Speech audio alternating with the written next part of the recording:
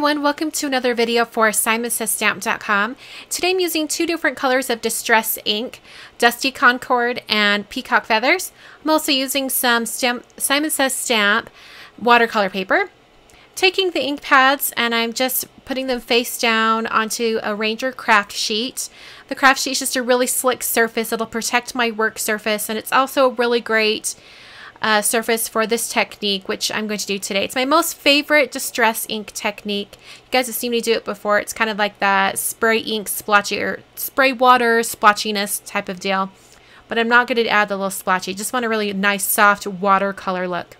I'm using a mini mister from Ranger, and I just filled it with water, and I'm going to spritz the ink until it beads up into little droplets of water and ink. I'm adding a lot of water because I want it to be a really faint, pale, faded background. I'm going to be stamping on it later, so I wanted it to be pretty pale. Putting that down so that the blue section is at the top with a little bit of purple at the bottom. I'll lift up, and it wasn't quite like spread out enough, so then I smushed it down, and then there we go. That's the difference between just pouncing it and smushing it. Next, I use my heat tool, and you'll see that just the heat unbends the paper. I thought that was really cool. I wanted you guys to see that. You'll know it's dry as it starts to unbend the watercolor paper. So I just kind of hold my heat tool to it until the paper starts to straighten out itself.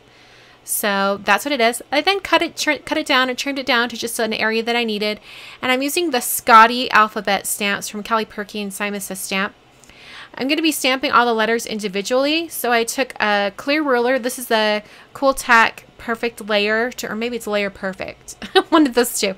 Just as a ruler. And I drew a line, and then I'm going to be stamping the word congrats. So I need to figure out where the middle of the word is, and it's right between the G and the R. So I'm going to start stamping with the letter R and go to the right, and then, you know, kind of go back and do the rest of the letters. So you're going to see that I'm starting in the center, and this is going to ensure that my word is actually centered. If you wanted to, you could mount all the letters on a stamp press or on an acrylic block and then stamped it.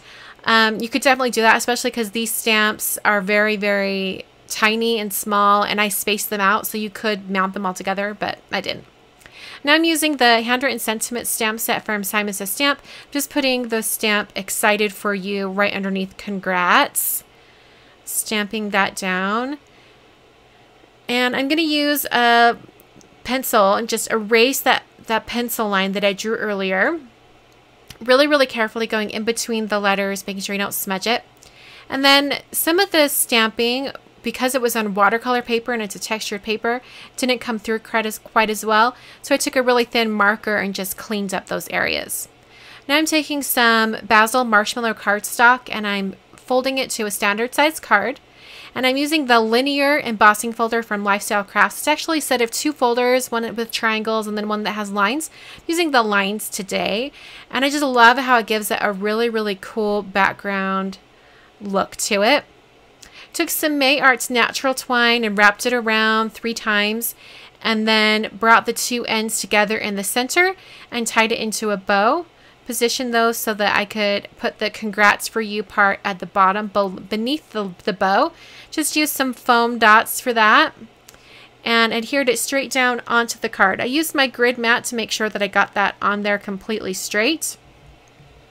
I then went around the outer edges with a corner chomper, and I just used the 1/4 inch rounder just to soften those edges. And then I took a Copic multi-liner, just a really thin black marker, and added some black dash lines around that watercolor piece just to finish it off and kind of tie the black into other areas of the card. And that's the card for today. Hope you guys enjoyed, and I'll catch you guys next time.